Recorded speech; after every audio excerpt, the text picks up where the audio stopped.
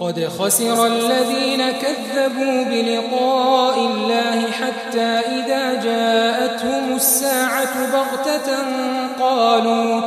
قالوا يا حسرتنا على ما فرطنا فيها وهم يحملون أوزارهم على ظهورهم ألا ساء ما يزرون وما الحياة الدنيا إلا لعب ولهو وللدار الآخرة خير للذين يتقون أفلا تعقلون قد نعلم إنه ليحزنك الذي يقولون فإنهم لا يكذبونك ولكن الظالمين بآيات الله يجحدون ولقد كذبت رسل من قبلك فصبروا على ما كذبوا وأوذوا حتى أتاهم نصرنا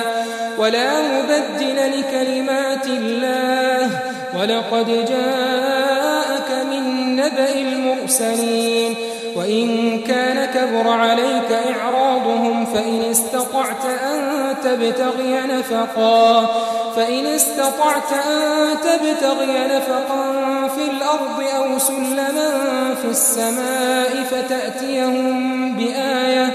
ولو شاء الله لجمعهم على الهدى فلا تكونن من الجاهلين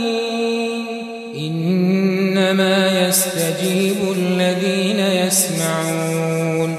والموتى يبعثهم الله ثم إليه يرجعون وقالوا لولا نزل عليه آية من ربه قل إن الله قادر على أن ينزل آية ولكن أكثرهم لا يعلمون وما من دابة في الأرض ولا طائر يطير بجناحيه إلا أمثالكم ما فرطنا في الكتاب من شيء ثم إلى ربهم يحشرون والذين كذبوا بآياتنا صم وبكم في الظلمات من يشاء الله يضلله ومن يشاء يجعله على صراط مستقيم قل أرأيتكم إن أتاكم عذاب الله أو أتتكم الساعة أغير الله تدعون إن كنتم صادقين بل إياه تدعون فيكشف ما تدعون إليه إن شاء وتنسون ما تشركون जिन लोगों ने अल्लाह के रूबरू हाजिर होने को झूठ समझा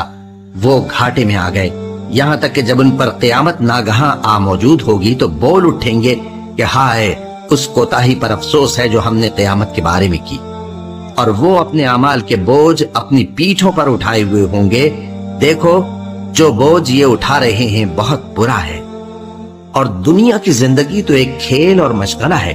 और बहुत अच्छा घर तो आखिरत का घर है यानी उनके लिए जो अल्लाह से डरते हैं क्या तुम समझते नहीं हमको मालूम है ए नबी कि इन काफिरों की बातें तुम्हें रंज पहुंचाती हैं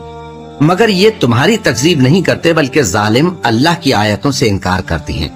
और तुमसे पहले भी पैगंबर झुटलाए जाते रहे तो वो तकजीब और ईजा पर सब्र करते रहे यहाँ तक कि उनके पास हमारी मदद पहुंचती रही और अल्लाह की बातों को कोई भी बदलने वाला नहीं और तुमको पैगंबरों के अहवाल की खबरें पहुंच चुकी हैं तो तुम भी सब्र से काम लो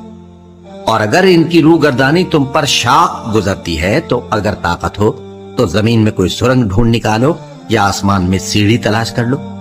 फिर इनके पास कोई मोजेजा लाओ और अगर अल्लाह चाहता तो सबको हिदायत पर जमा कर देता बस तुम हरगिज नादानों में ना होना बात यह है कि हक को कबूल वही करते हैं जो सुनते भी हैं और मुद्दों को तो अल्लाह क़यामत ही को उठाएगा फिर उसी की तरफ लौट कर जाएंगे और कहते हैं कि उन पर उनके परवरदिगार के पास से कोई निशानी क्यों नाजिल नहीं हुई कह दो कि अल्लाह निशानी उतारने पर कादिर है लेकिन अक्सर लोग नहीं जानते اور زمین میں جو چلنے پھرنے والا حیوان یا اپنے پروں سے اڑنے والا پرندہ ہے ان کی بھی تم لوگوں کی طرح جماتے ہیں۔ ہم نے کتاب یعنی لوح محفوظ میں کسی چیز کے لکھنے میں کوتاہی نہیں کی۔ پھر سب اپنے پروردگار کی طرف جمع کیے جائیں گے، اور جن لوگوں نے ہماری آیتوں کو جھٹلایا وہ بہرے اور گونگے، اس کے علاوہ اندھیروں میں پڑے ہوئے ہیں۔ جس کو اللہ چاہے گمراہ رہنے دے اور جسے چاہے سیدھے رستے پر چلا دے۔ کہو کافرو، بھلا دیکھو تو اگر تم پر اللہ کا عذاب آ جائے یا قیامت آ موجود ہو تو کیا تم ایسی حالت میں اللہ کے سوا کسی اور کو پکارو گے؟ اگر سچے ہو تو بتاؤ۔ نہیں، بلکہ مصیبت کے وقت تم اسی کو پکارتے ہو، تو جس دکھ کے لیے اسے پکارتے ہو وہ اگر چاہتا ہے تو اس کو دور کر دیتا ہے، اور جن کو تم شریک بناتے ہو اس وقت انہیں بھول جاتے ہو۔